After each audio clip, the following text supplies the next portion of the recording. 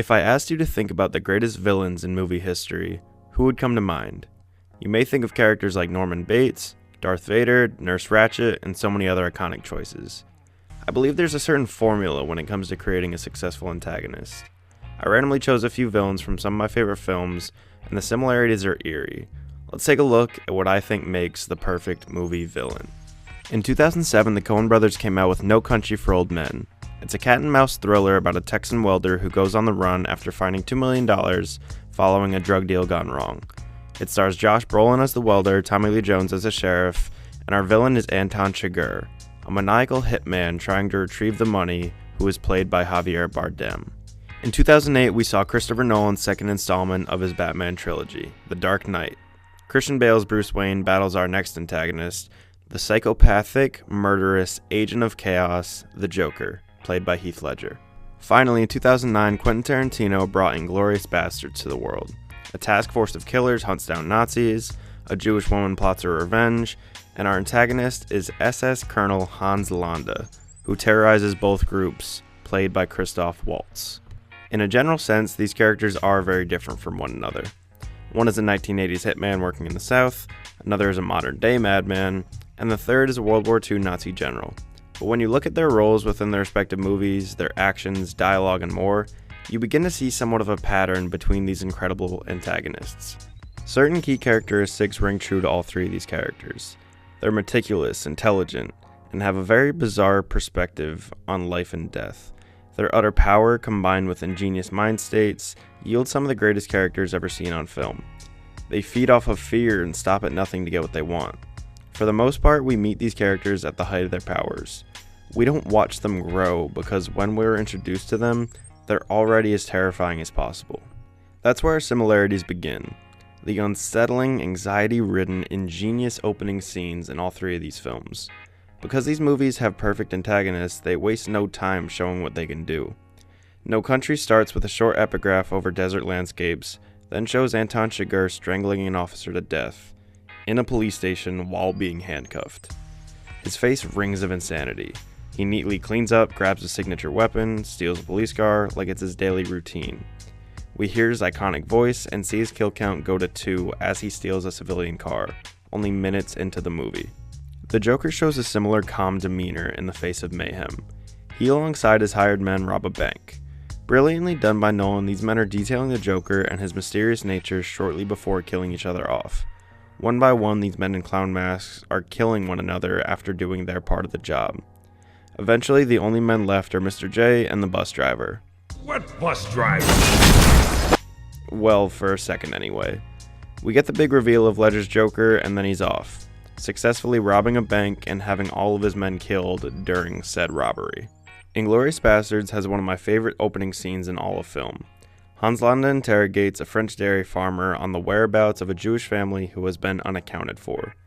After one of the most nerve-wracking, intimidating conversations you'll ever hear, the farmer reveals that he's hiding the Jewish family under his floorboards. Nazi soldiers shoot and kill the family through the floor, and the aforementioned Jewish woman escapes. Landa gleefully exclaims that they will be meeting again. Next, we need to talk about dialogue. Interesting conversations between character and film is one of my favorite things in the world. The art of creating and delivering unique, clever dialogue is exemplified in these movies. Chigurh's otherworldly voice and demeanor delivers line after sinister line that keeps you on the edge of your seat. With Anton, we have a character that doesn't exactly have too many memorable lines, but his dialogue is still second to none.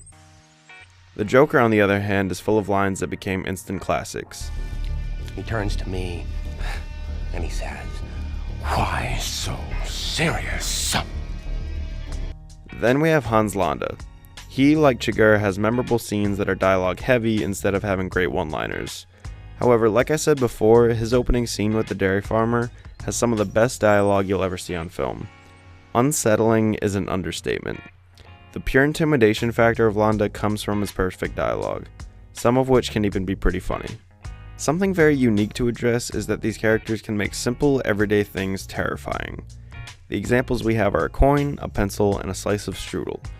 In our movies, the villains bring fear and terror to each one of these objects respectively. Arguably the best scene in No Country for Old Men involves Anton making a purchase at a gas station. He tells the cashier to pick a side of the coin which he's about to flip. Through a conversation with an innocent bystander and the flip of a coin, we see the absolute definition of suspense. The Joker brings creative destruction to a criminal with what he describes as a magic trick. He makes the pencil disappear and... Lastly, there's Londa and a slice of strudel. In this scene, we see Shoshana eat strudel with Londa at a French restaurant. Each subtle movement made by Londa, putting on the cream, picking up a fork, taking a bite, we expect something dangerous. Among all of these scenes, our villains are able to make spare change, writing utensils, and bakery goods nerve-wracking to the core. Anything and everything with these people is fair game.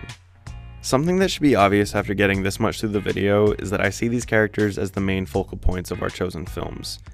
I say this not just because they're the most interesting characters in these movies, which they are, but because seemingly everyone else in their respective films are challenging them in some way. It's not one-on-one, mano-a-mano. Chigurh's taking on Llewellyn, Carson Wells, the sheriff's department, his own boss, and various drug cartels. The Joker's taking on Batman, Two-Face, the police force, and crime bosses. And Hans Landa is facing all of the bastards. And frankly, Shoshana as well. For these characters, one protagonist facing off against them wouldn't be enough. It's truly them against the world. And I'd like to finish with this note.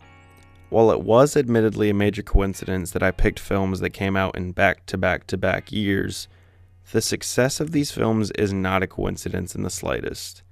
All of these movies were adored by fans and critics alike. Box office successes that also brought home awards as well.